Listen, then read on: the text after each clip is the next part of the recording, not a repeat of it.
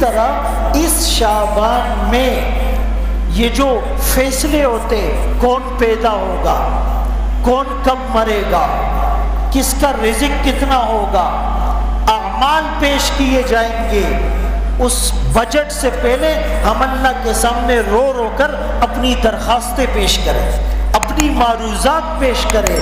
اللہ، یہ فیصلوں کی رات ہے، یہ بخشش کی رات ہے، اس میں پیدائش اور موت کے فیصلے فرشتوں کے حوالے ہونے، پتہ نہیں میرا نام اگلے سال زندوں کی لسٹ میں ہے یا مردوں کی لسٹ میں۔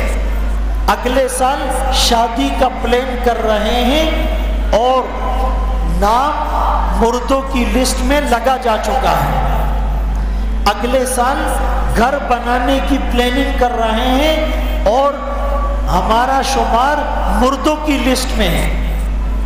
تو میرے محترم دوستوں، بھائیوں، بزرگوں، ان باتوں کی فکر کون کرے گا؟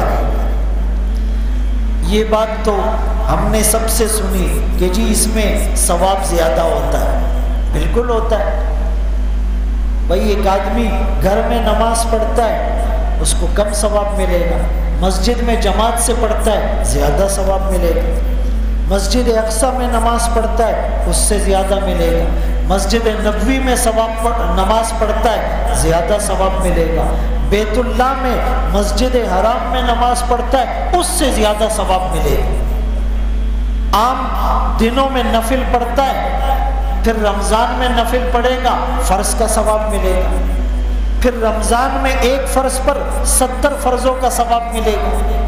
تو جس طرح ان راتوں میں ثواب بڑھ جاتا ہے، گناہ پر پکڑ بھی زیادہ ہوتی ہے۔ ایک آدمی گھر میں گناہ کرتا ہے اور پھر وہی آدمی مسجد میں گناہ کرتا ہے، پکڑ بھی زیادہ ہوتی ہے۔ ایک آدمی عام دنوں میں گناہ کرتا ہے اور پھر رمضان میں گناہ کرتا ہے، پکڑ بھی زیادہ ہوتی ہے۔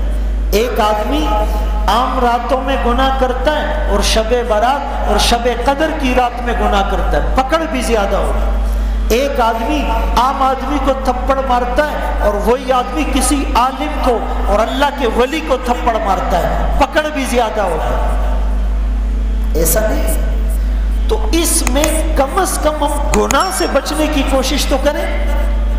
نیکی اگر کم بھی کر لیں لیکن گناہوں سے بچ جائے، یہ بھی ہمارے لیے کامیابی ہے۔